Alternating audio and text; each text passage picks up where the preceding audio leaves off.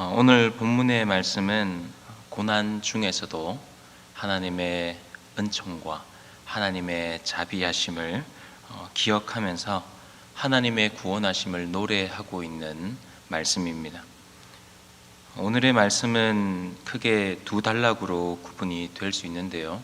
먼저 1절에서 6절의 말씀은 이제 에돔으로 대표되는 이스라엘 백성의 원수, 이제 그들에게 하나님께서 진노의 심판을 행하실 것이다 라는 것을 예언하는 말씀이고, 7절에서 14절의 말씀은 이스라엘 백성을 위해 베푸시는 하나님의 구원의 은혜를 노래하고 있는 장면입니다.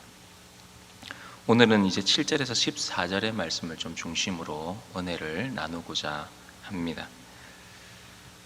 훗날 이스라엘 백성들은 지금 이 이사야의 말씀을 가지고, 이 글을 가지고 예배 찬송을 만들어서 부르게 됩니다. 그 시기가 언제냐면은 예루살렘이 바벨론에 함락이 된 BC 6세기경입니다. 나라가 패망하고 민족적으로 고통스러운 시기를 살아가던 이들이 이 이사야의 기도, 이것을 찬송으로 부르며 보다 근원적인 질문을 하게 됩니다. 하나님의 백성인 이스라엘이 왜 패망하게 되었는가? 바벨론의 포로라고 하는, 이방 백성의 포로라고 하는 이 민족적 고통이 언제까지 계속될 것인가? 하나님을 믿는 신실한 성도들에게 이러한 불행이 닥쳐와도 되는 것인가? 하나님을 믿는 사람에게도 이런 실패가 있고 좌절이 있고 질병으로 고통당하는 아픔이 있을 수 있는 것인가? 그런데 이사야 선지자는 이 고난의 시절에 아주 역설적으로 무엇을 말하고 있느냐? 하나님의 은총, 하나님의 자비를 말하고 있습니다. 그게 7절 말씀입니다. 내가 여호와께서 우리에게 베푸신 모든 자비와 그의 찬송을 말하며 그의 많은 자비를 따라 이스라엘 집에 보신 큰 은총을 말하리라. 자비, 은총, 이것을 노래하겠다라고 하죠. 유대민족의 어떤 존망이 달려있는 이 위기의 상황에 고난이 심하면 심할수록 이들은 무엇을 노래하느냐 하는 것입니다.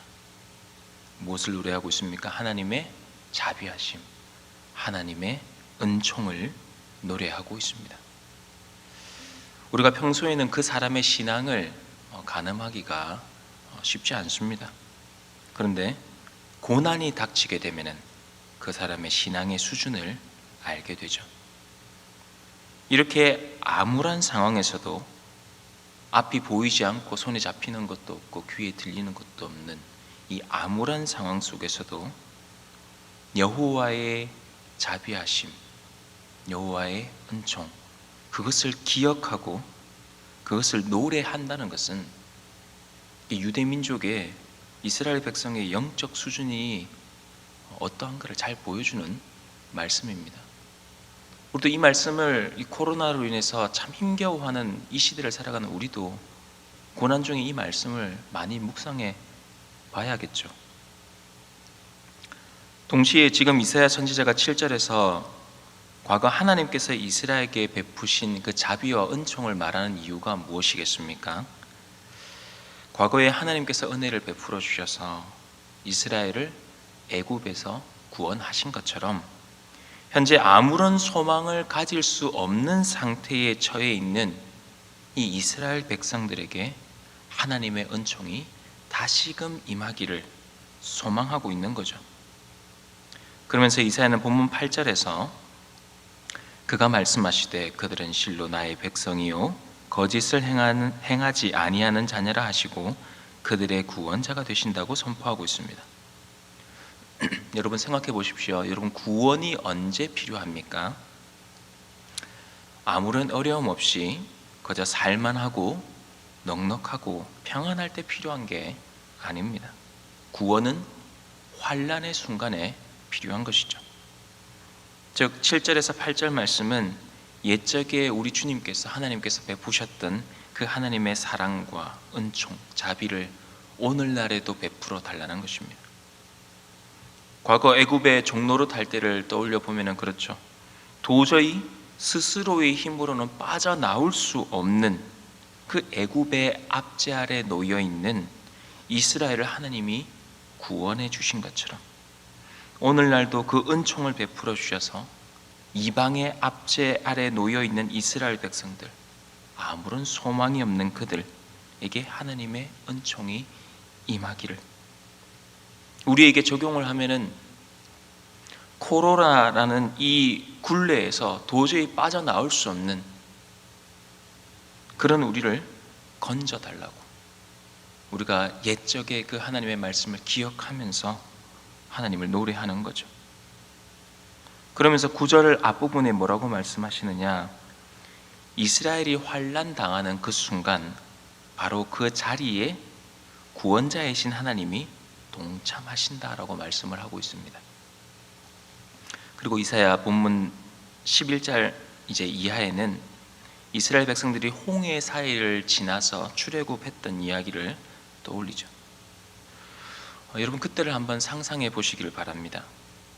출애굽을 한 이스라엘 백성들 뒤에는 애굽의 병거가 쫓아오고 있었고 앞에는 홍해가 가로막혀 있는 상황이었습니다.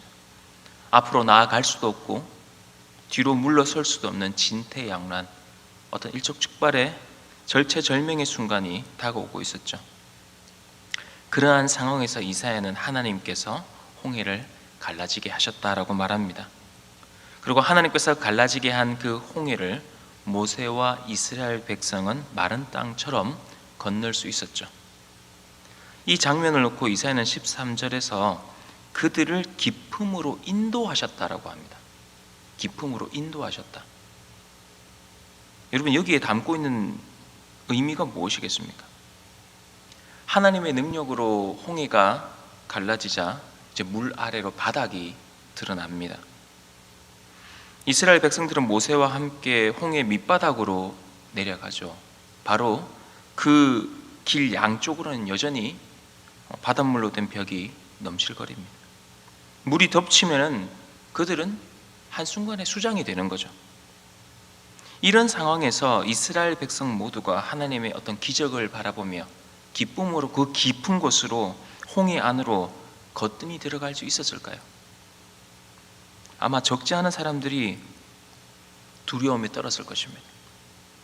홍해가 갈라진 그 길로 그 깊은 곳으로 들어가기를 주저했을 것입니다. 거기서 일부는 원망했을지도 모르죠. 그냥 애굽으로 돌아가는 것이 낫다고. 그러나 믿음의 확신을 가진 사람들은 어떻습니까? 고난이 있습니다. 두려움이 있습니다. 그렇지만 하나님의 인도하심을 믿고 더 깊숙한 곳으로 더 깊이 발걸음을 옮기는 거죠. 그 깊은 곳은 정말 위험한 곳입니다. 죽음과 삶의 경계가 있는 곳이고 바다 깊은 곳으로 내려왔지만 어쩌면 영원히 밖으로 나가지 못할 수도 있는 곳이죠. 그러한 고난의 장소가 될 수도 있습니다. 민족 전체가 한순간에 멸절을 당할 수도 있는 자리입니다. 그런데 여러분 그거 알고 계십니까? 이스라엘 백성들은요, 죽음을 가장 가깝게 느낄 수 있는 그곳에서 하나님을 가장 친밀하게, 하나님을 가장 깊이 있게 경험을 합니다. 다시 말해서 깊은 고난을 통해서 오히려 하나님을 더 깊이 있고 더 친밀하게 경험을 한다는 거죠. 베드로가 풍랑 가운데 바다 위를 걸어오시는 예수님을 보고 만일 주님이시라면은 나를 명해서 물 위를 걷게 해달라고 합니다. 그때 주님께서 오라고 하셨고 베드로는 물 위를 걸어서 예수님께로 걸어갑니다. 그러다가 바람에 있는 풍랑으로 인해 두려움에 빠져서 물에 이제 점점 빠져들죠. 자, 우리는 생각해 봐야 됩니다. 그날은 베드로가 풍랑으로 인해서 바다에 빠져 죽을 뻔했던 날이었습니다. 그러나 한편 그날은 주님의 은혜로 말미암아 베드로가 풍랑이 있는 바다를 주님과 함께 걸었던 역사적인 날입니다. 주님과 보다 더 친밀하게, 보다 더 가까이 차갑게 주의 손을 붙들고 그 바다 위를 걸었던 날이죠. 사랑하는 성도 여러분, 하나님의 손길은 우리의 어떤 영적인 깊이만큼 보인다라고 생각을 합니다. 예를 들어서 해변에서 그 파도만 보고 그것이 바다라고, 그것이 바다의 모든 것이라고 말하는 사람에게는 바다 속 세계를 아무리 설명해도 모를 것입니다. 마찬가지로 모든 사람에게 신앙의 눈이, 영적인 눈이 확 열리지는 않을 것입니다. 왜냐? 우리는 하나님의 은총을 그 깊이 있게 경험하지 못하고 겉으로만, 피상적으로만 접근하는 경우가 사실 많이 있기 때문입니다. 그런데 언제 이 눈이 열립니까? 우리의 인생이 홍해의 그 깊은 곳으로 내려가게 될 때에, 고난의 한가운데 그럼에도 불구하고 하나님의 은혜와 자비하심, 긍휼하심을 믿으며 한 걸음 한 걸음 그 고난의 한복판으로 주님 손 붙들고 나아갈 때에 영적인 눈이 열리는 거죠. 하나님과 더 친밀하게, 하나님을 더 깊이 있게 경험하게 되는 것입니다. 그러기에 인생이라는 이 나그네 길에서 부딪히게 되는 온갖 어려움과 그 고난들, 여러분 너무 두려워하지 마시기를 바랍니다. 왜냐하면 그날은 오히려 깊은 곳에서 우리를 이끌어내시는 그 하나님의 인도하심을 경험하게 되는 은총의 날이 될 것이기 때문입니다. 하나님께서 택하신 그 백성을 절대 버리지 않으십니다. 하나님의 은총을 바라보며 다시금 믿음의 끈을 굳게 붙드시기를 축복합니다.